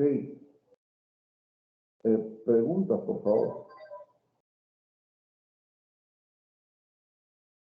Doctor, una pregunta. En el caso para, por así decirlo, no borrar un tatuaje, se utiliza la cirugía láser, ¿no? O sea, un proceso en el cual remueve el tatuaje. Entonces, en esos casos, ¿qué tipo de cicatriz dejaría? ¿Un Pero queloide? un O sea, poquito más alto. doctor, cuando se borra un tatuaje, deja una cicatriz muy marcada, por así decirlo, ¿no? ¿Eso qué sería? ¿Una cicatriz queloide o una cicatriz hipertrófica? Tú ya has tenido oportunidad de ver. Mm, sí, doctor, sí he visto. Justo tengo un familiar de que se ha removido su tatuaje, ¿no? Por así decirlo, que tenía en el hombro. Y ha sido removido en un porcentaje considerable. Sí, mejor dicho, casi todo. Son sesiones, ¿no? Por así decirlo. Y, Poco a ah, poco va no, desapareciendo, no, sí, sí, no, pero te comprendo, pero lo que te pregunto es, ¿era un tatuaje complejo? O sea, era un tatuaje realizado, le llaman tatuajes profesionales, sí, sí. de varios colores. Tenía, sí, por así decirlo, no era solamente el típico color negro que queda, ¿no? No, no, solo Sí, para sí era. conocimiento de todos. ¿Y qué ocurre con el láser? Solo tiene su indicación, permíteme, para colores. Tatuajes va muy bien, es el mejor tratamiento que existe para los tatuajes. Sean profesionales, no profesionales, de un color, de varios colores, de gran tamaño, pequeño tamaño. El láser también tiene su indicación para depilación, que es muy utilizado en ese aspecto.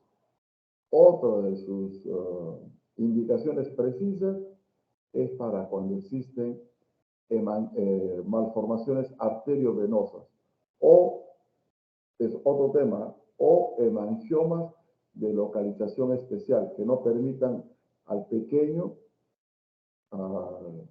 recién nacido, al lactante, que esté ubicado a nivel de párpados, o sea, en el globo ocular y pueda producir ambliopía, que no le permita respirar adecuadamente o alimentarse, es decir, en boca. Entonces, esas son las indicaciones. El resto es, en mi opinión, muy controversial. Y como bien dices, ¿cómo te llamas, perdona? Brian Pérez, doctor. Brian, después de realizado el tatuaje, la eliminación del tatuaje, quedan cicatrices. ¿Qué cicatrices quedan? Atróficas. Llenar esas cicatrices sí se puede hacer, pero no va a quedar al 100%. ¿Qué es lo que podríamos hacer? Subincisión. Es decir, previa anestesia con una aguja especial, lo vamos a ver después, levantar porque hay un tejido fibroso que jala hacia abajo, entre comillas, a la piel. Se pueden utilizar sustancias de relleno dependiendo de la ubicación, ¿no? Y otras terapias como dermoabrasión, el láser podría ser, pero ya te digo, y es correcto lo que tú mencionas, el paciente con tatuaje, y eso te menciono, en la policía, por ejemplo, no se permite el ingreso con tatuaje. Entonces, muchos son sometidos a este tratamiento, se le da este tratamiento, y ¿qué ocurre? Después queda lo que tú mencionas, cicatrices atróficas que dibujan el tatuaje que han tenido los pacientes, ¿no? Entonces hay que emplear el tratamiento combinado para mejorar la calidad de la piel.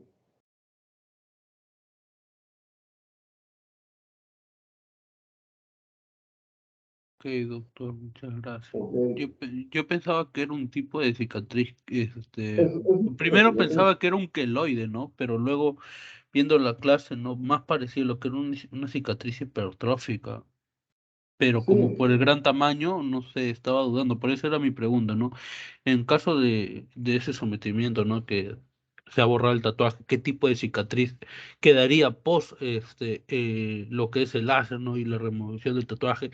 Queda, por ejemplo, en todo su hombro, ¿no? Quedó algo, por así decirlo, eh, bien marcado, se nota la cicatriz, ¿no? Por tú eso era mi mencionas tipo que de quedó pregunta. elevada, o sea, una ¿Disculpe? cicatriz quedó elevada, una cicatriz Sí, hipertrófica.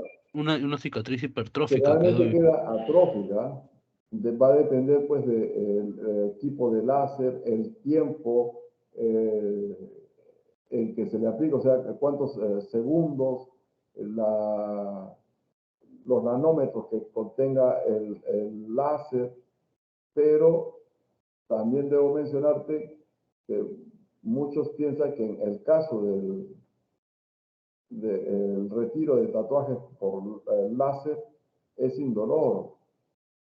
Duele bastante y muchas veces solo aplican crema de lidocaína con prilocaína al 2,5, una hora, 2 horas con terapia oclusiva. Pero como va a tener que presentar, porque ¿dónde va el pigmento? El pigmento que es inocua se ubica en dermis profunda.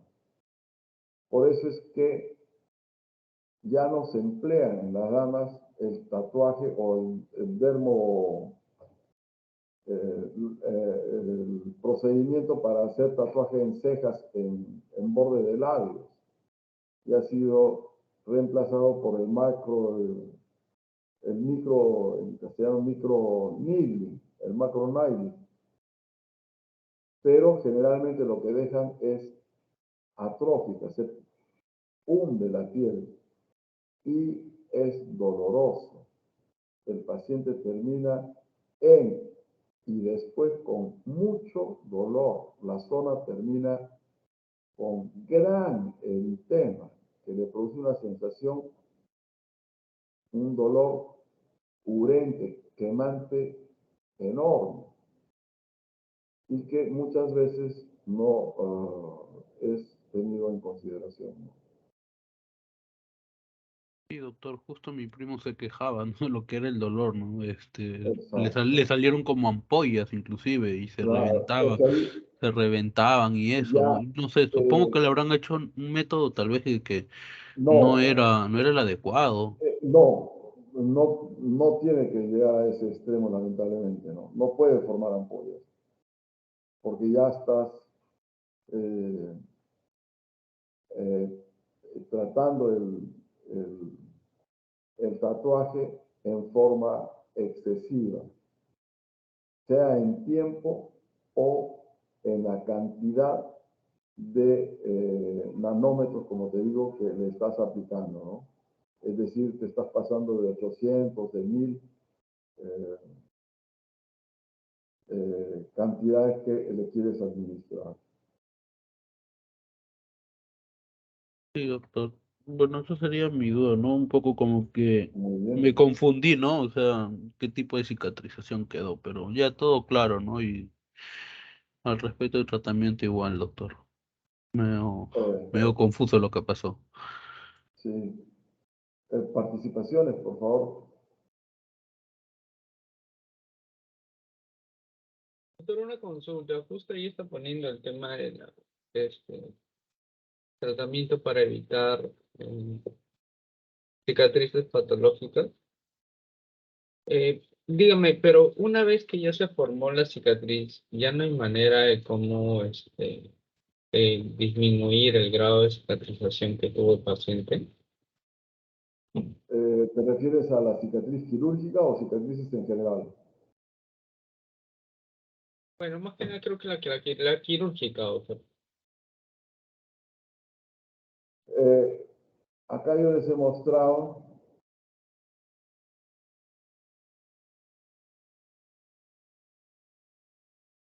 tú le explicas esto a una dama y ella dice, no, ya no me someto. Pero siempre es una T invertida, siempre se va a notar. Hay áreas, como hemos mencionado, que son agradecidas. Párpado inferior también. Le mencionas en un primer momento, esto ya tiene varios días, de lado a lado, la dama va a poner algún reparo, ¿no? Mejorar esta cicatriz, si hubiera en algún lugar, se hará con tratamiento quirúrgico. Si quedara una cicatriz hipertrófica con infiltración queloide, es muy difícil que se pueda originar, pero ¿por qué? Por cuanto se ha incidido la piel en epidermis, dermis y por supuesto en estos casos hasta el panículo adiposo, ¿no? Y en ese caso es el tratamiento que mencionó, por ejemplo, la silicona. Bueno, el uso de corticoterapia intralesional creo que también. ¿Se puede aplicar inmediatamente al proceso posterior a la intervención quirúrgica? No, eso es de acuerdo a cómo evoluciona el paciente. No es en todos, no No es se en podría usar todos. como Muchos medida preventiva. cuando sea necesario. Muchos no se va a hacer. Porque mira acá, tú crees, va a quedar cicatriz. Se va a Claro. suturar por planos, en dos planos. Un plano profundo, que nos referimos al panículo adiposo, al tejido celular subcutáneo, para, con sutura no reabsorbible, entre comillas, ¿no? Para acercar el borde y que se transforme en una línea. Y luego una sutura con 6 dedos. intradérmica. El resultado no lo tengo, pero va a terminar siendo una raya. No va a formar cicatriz hipertrófica, no va a formar cicatriz queloide. Viendo, va a estar en una etapa activa. Viendo cómo evolucione, se podrá infiltrar, se podrá aplicar o realizar dermoabrasión, peeling, láser. El láser y el peeling viene a ser lo que ahora es el láser, ¿no? Solo que, claro, la gente piensa que el láser te va a resolver todos los problemas. Y no es así, ¿no? Entonces, de acuerdo a la evolución de estos diferentes pacientes, tú podrás infiltrar, colocar silicona para evitar todo lo que hemos señalado, ¿no? Son de consulta permanente, ¿no?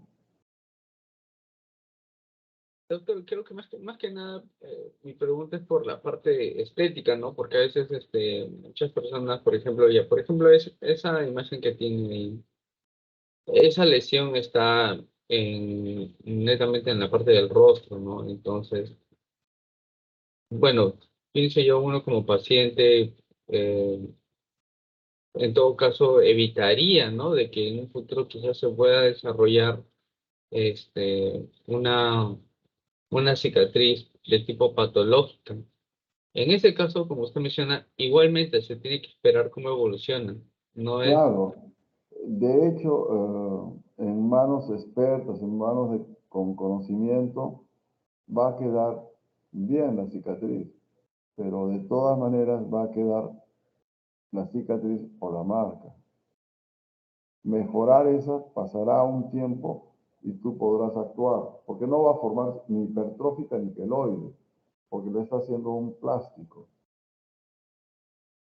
Y ver cómo desaparece esta línea, esta marca. Pero que desaparezca al 100% no hay ningún tratamiento. Porque se ha dañado epidermis, como mencionamos, se ha dañado dermis, inclusive hipodermis. Son lamentablemente frecuentes, ¿no?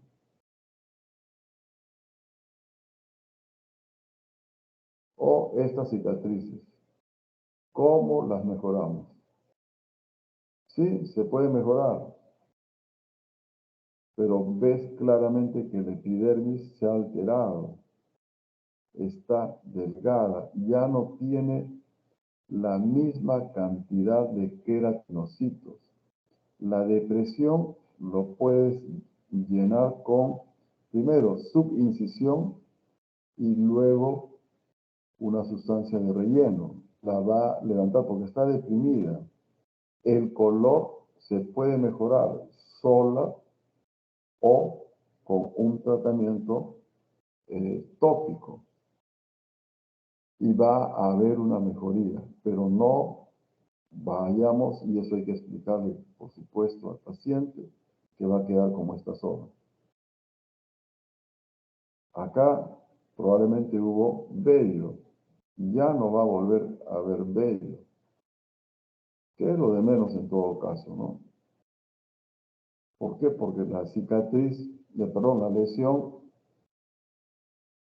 maltrató dermis y con ella los vasos, la irrigación ya al folículo piloso, a la glándula sebácea, la glándula sudorípara endocrina, tiende a desaparecer en esa pequeña área. Y que ustedes también conocen, lamentablemente es frecuente este tipo de lesiones, ¿no?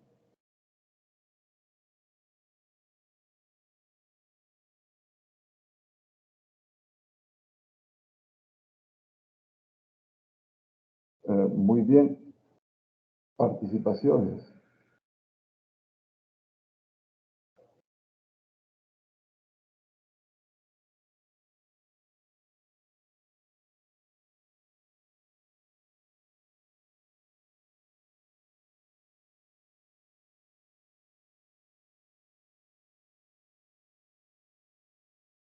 Entonces, la siguiente sesión de clase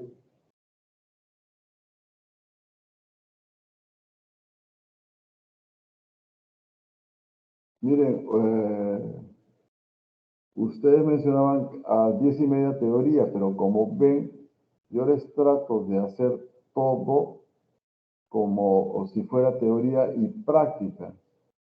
Es decir, amplío para que tengan mayor información, mayor conocimiento. La próxima sesión de clase está para el día 21, ¿verdad?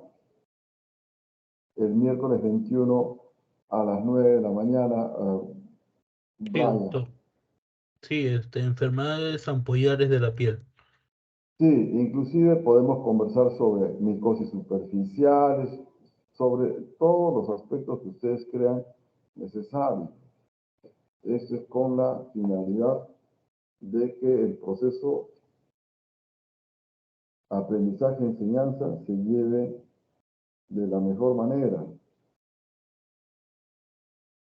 Brian, disculpa, Vanessa está presente. No, doctor, no, no ingresa a las clases como le mencioné al inicio. Ya. Ok, no hay más intervenciones. Entonces, muchas gracias y nos estamos viendo el día, nos estamos conectando el día miércoles 21. Cualquier